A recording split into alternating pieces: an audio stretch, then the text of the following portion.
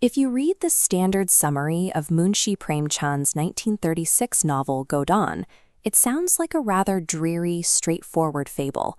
A poor farmer named Hori desperately wants to buy a cow, takes on debt to get one, fails, and works himself into an early grave. But if you map out the text, you get this sprawling web of dozens of interconnected characters, packed with domestic drama, cross-caste romances, and razor-sharp political satire. The book was published in 1936, right as the movement for Indian independence from British rule was gathering massive momentum. Premchand uses this setting to pose an uncomfortable question to his readers. If the British are successfully pushed out, who exactly is stepping up to take their place? He answers that question by building the novel's blueprint around two completely isolated worlds. On one side, you have the sun-baked, destitute village of Bellari. On the other, the opulent, westernized urban center of Lucknow. To understand the mechanics of Godaan, we have to look past Hori's quest for a cow and trace the invisible financial pipelines quietly funneling wealth from the rural poor directly into the pockets of the urban elite. Looking closely at Hori's physical reality in the village, the British are entirely absent from his daily struggle.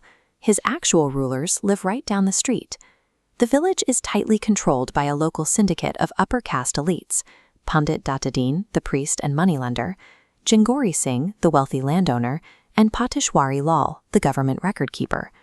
This group maintains control by using the concept of dharma, religious and moral duty, to enforce strict social boundaries.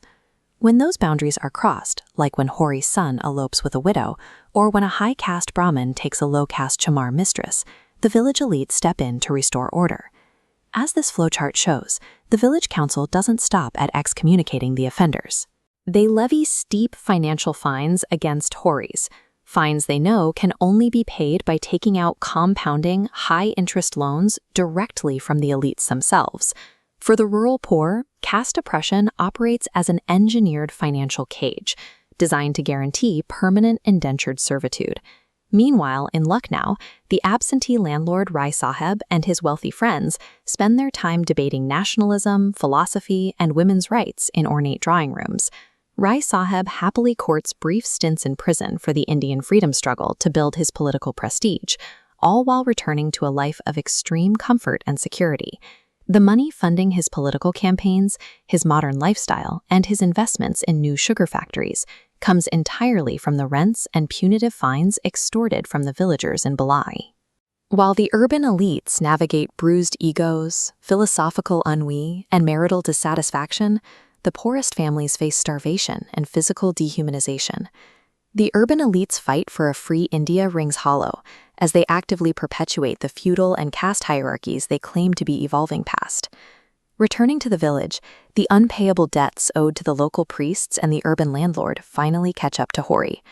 Forced to work through the blistering summer heat to clear a fraction of what he owes, he collapses in the fields. His body simply gives out under the insurmountable pressure of the feudal system. This brings us to the literal meaning of the novel's title, Godaan, or the gift of a cow. In Hindu tradition, donating a cow to a Brahmin is a critical ritual required to absolve sins and ensure a soul's safe passage.